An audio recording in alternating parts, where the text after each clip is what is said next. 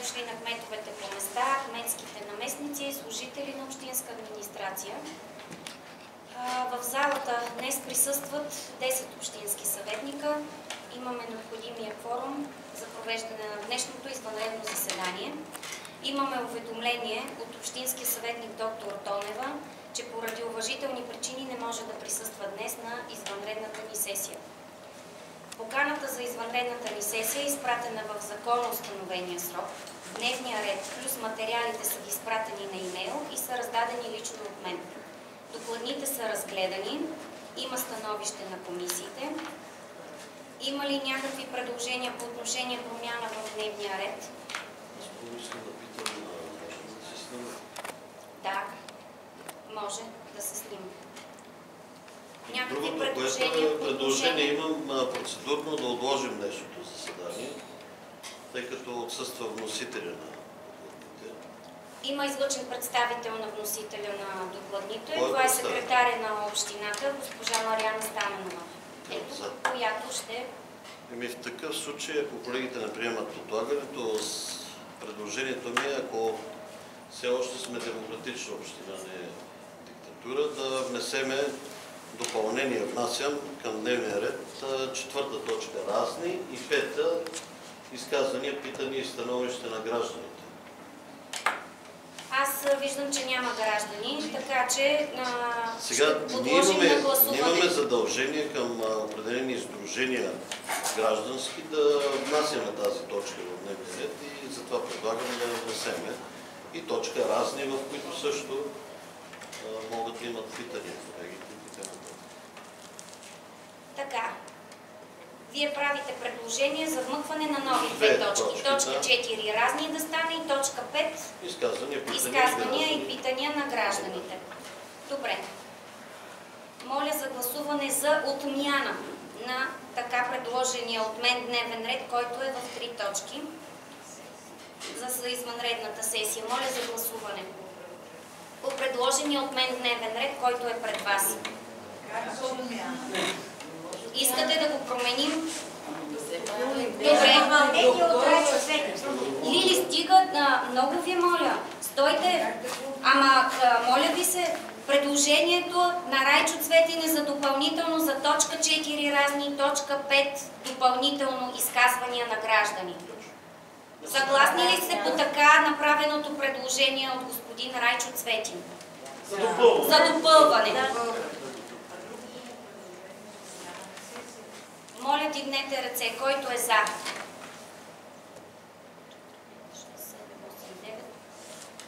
8, 9. 9 за. Против?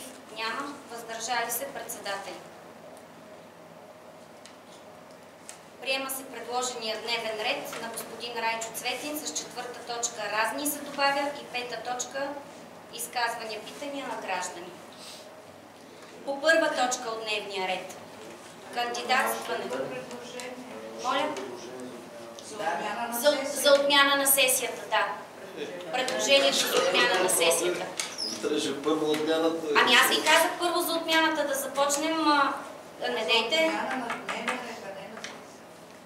Отмяната. Да почваме от начало. Сега това е предложение за отмяна. Дайте първо него да гласуваме и после да допълним. Иначе става глупаво. Патова ситуация. Добре. За отмяна. Който е за отмяна да гласуваме и после отиваме. Добре. Отмяна. 1. Против отмяната. 9. Въздържали се няма. Хвърля се. Започваме по дневния ред. Да. Сега да се гласува дневния ред, защото ние гласувахме предложение за допълване, а не сме гласували самия дневен ред. Добре. С допълнението за гласуване на дневния ред. Който е за, моля да гласува. 10 за. Против няма, въздържали се няма.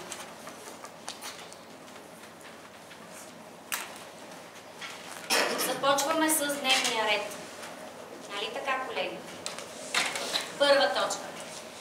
кандидатстване на община Бобошево по трансгранична програма между България и Македония по проект Древни спомени от едно пътуване. Исторически и природни маршрути за нов устойчив туризъм. Носител е кмета на общината. Имаме представител, който може по докладната да отговори. Уважаеми дами и господа, общински съветници, първо ще изчета самата докладна. Да, искам да кажа, че госпожа Ненова ви е запознала всички с подробности. Абсолютно запознати са общинските съветници. За да запознаем присъстващите.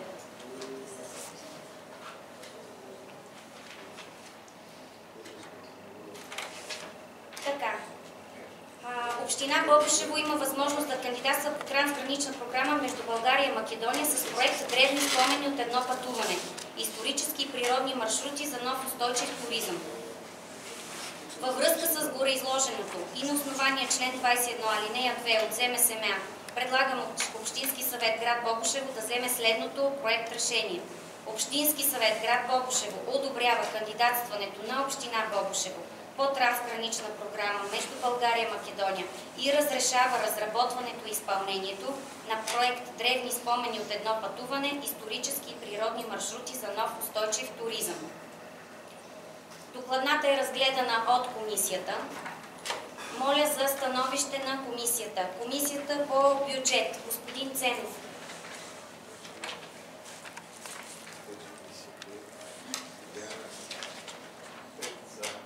Така, с 5 за. Госпожо Графовска, вашата комисия. 4 за, поради това, че един отсъства, Албена Тонева. За 4. След като становищата на комисиите са за, моля за поименно гласуване. Само едно питане преди това. Тъй като сме водеща организация, ние финансово имаме ли ангажимент към проекта? Господин Цветин, на вас ви беше Това е даден. моя въпрос, който искам да отговори представляващи общината. Много ви моля. Значи, господин Цветин, бяхте председател толкова време, трябва да Госпожо знаете, когато се прави председател, един много ви моля проект, какво на се прави питането от да се общината. отговаря с конкретен отговор, а без такива преамбюли, с Аз квалификации и така отказвам да нататък. отговоря на господин Цветин, нека се запише в протокола. Запишете Да. и аз държа каквото се говори тук да се записва действително в протокола. Господин Секретар на Цветин, общината отказва да отговори Да, на... отказвам на вашия въпрос да отговоря. господин Цветин, вие бяхте на комисиите и ви беше разяснено. Сега, аз излизах от Това, че сте комисиите, имах излизали от ангажименти за комисиите, това, си е ваш но ангажимент. комисиите са Да едно, сте се запознали. чуйте сега, комисиите са едно, заседанието на общинския съвет е друго. Колегите, всички, Имам питане, които искам са да си запознати. изясня гласуването. Колегите са запознати, аз питам, но ето има отказ да ми се Може ли отговори. общината да провежда сесия, защото това е супер отговорно Вие дадохте ли думата на задание? госпожа секретар? Да, Дадохте ли дума? Да. аз дигнах ръка, ако не сте Да, защото видяли. вие сте в гръб и не виждате. И да няма финансова подплатеност за дадена докладна и кмета на общината да си позволи да ангажира вниманието на цял общински съвет. Това е отговор или питане? Да. Аз не разбрах. Питане към вас, господин Цветин. Не знам, не мога да отговоря, Да. кмета отсъства, като че него вижда. Да, слушам ви, господин Тачев. Мисля, че въпросът на Цветен е много адекватен. И вместо да разясняваме 100 пъти тук едно нещо, става госпожа Стаменова и му отговаря. Конкретен Сега отговор се и получава приключваме. разногласие. Красимира казва, че няма участие финансово на общината. Вие казвате, че сме подплатени финансово. Значи, Ето защо трябва да има отговор. И не е Да, проблем, ето, оказва винаги се, да има че някакви трябва да има такива отговор. речи. Вие бяхте ли къси, трябва да знаете. не Може да има напротив, някакви новости. така. И най-елементарно според мен е, като има въпрос еди кой си от Общинския съвет, да му се отговори. Колкото и да не ми е приятно, това сме тук. Да, напротив, общински тук съветници, няма вие приятно, сами неприятно. решихте, че няма нужда от присъствието на Красимира Ненова, директорката, която беше изготвила докладните. Аз Вие мисля, сами че го едното решихте няма сега. общо с другото. Ние Напротив, питаме има вносителя. общо. Ние питаме вносителя, не служителя на общинска администрация. Служител, който е изготвил, директор на дирекция, който е изготвил докладните, Това са две различни беше неща. при вас. Нека да си повтори господин Цветин още един път въпроса. Какви защото са това, което финансовите ангажименти на община Бобошево в този към проект? настоящия момент никакви. За бъдеще, да. В бъдеще ще има финансов ангажимент. Много ясно, ако се спечели проекта, финансов ангажимент във всеки един момент може да възникне. Нали, И на каква стойност? За момента никакъв. Значи, И при всеки един проект, както са тези по трансгранично, няма. Но някога може нещо да възникне. Ако възникне в процеса на работата, този проект бъде спечелен, естествено, ако възникне, вие веднага ще бъдете уведомени и без ваше съгласие. Никакъв финансов ангажимент не може да бъде поет към който и да бъде проект. Точно за това започна господин Тачев към господин Цветин с тази мисъл, че той много добре знае, ако се налага промяна в някакъв проект и се поеме финансов ангажимент от общината, какво означава това? Свикване на сесия и гласуване. Това Красимира го отговори и на заседанието. Значи тя отговори, че финансирането е на 100% от оперативните програми. Разбира се. И това нещо, ако се беше отговорило още преди 15 минути, щехме вече сме на втора точка, дори на трета. Готови ли сте за поименното гласуване след? Има ли още въпроси? Господин Цветин, въпроси още има? Какво работи? Виделова. Маринов. Ценов. Даянска. Граковска. Цветин. Ангел. Тачев. Лъчиска. Стоянова е за. На основание член 21 алинея 2 от ЗМСМ Общински съвет Бобошево одобрява кандидатстването на община Бобошево по трансгранична програма между България и Македония и разрешава разработването и изпълнението на проект Древни спомени от едно пътуване. Исторически и природни маршрути за нов устойчив туризъм. С 10 гласа за, 0 против, 0 въздържали се от общо 10 присъстващи от общ брой 11 общински съветници. По втора точка от дневния ред. Кандидатстване на община Бобошево по трансгранична програма между България и Македония по проект Природата и традиция. Възможност за създаване на интегрирани туристически продукти в трансграничния регион. Носител: кмет на община